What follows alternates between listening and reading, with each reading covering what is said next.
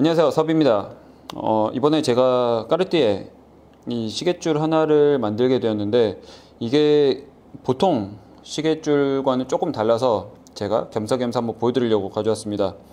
보통 시계줄은 어떻게 되어 있냐면, 이런 스프링바라고 불리우는, 이렇게 왔다 갔다 하죠.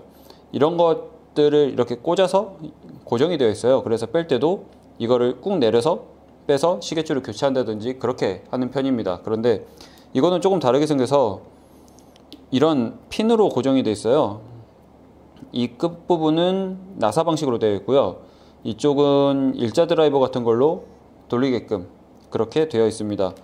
왜 그랬을까를 생각해 봤었는데, 아무래도 이 시계의 모양 때문에 그런 것 같아요. 이 시계 자체가 이쪽 부분, 이쪽이 꽤나 두껍죠. 그래서 이 두께를 맞추려고 하다 보니 가죽으로는 어렵고, 그래서 이런 플라스틱 몰드 같은 걸로 만들었는데, 이거를 또 고정하려고 하다 보니 이것을 넣어서 하는 방식은 조금 어려웠던 것 같아요. 그래서 시계 디자인상 이런 방식을 썼는데, 자 보시면 이 플라스틱에 그냥 가죽을 덧붙여 놓은 거죠. 그래서 이게 다 떨어졌습니다. 오래돼 가지고. 이거 진짜 가죽은 맞는데 이쪽 안쪽은 가죽이 아니고요.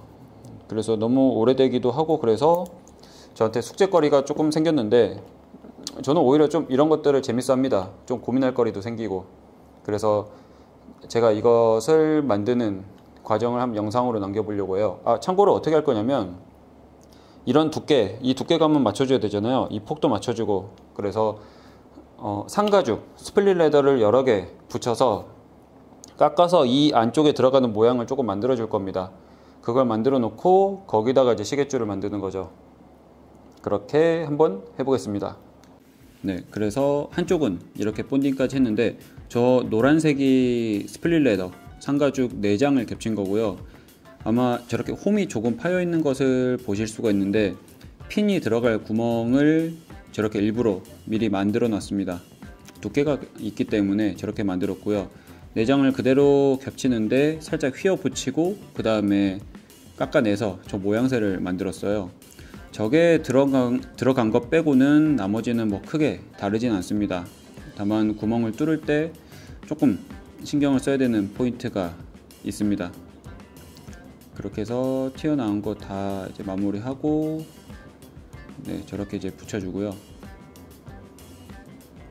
크게 다르진 않아요.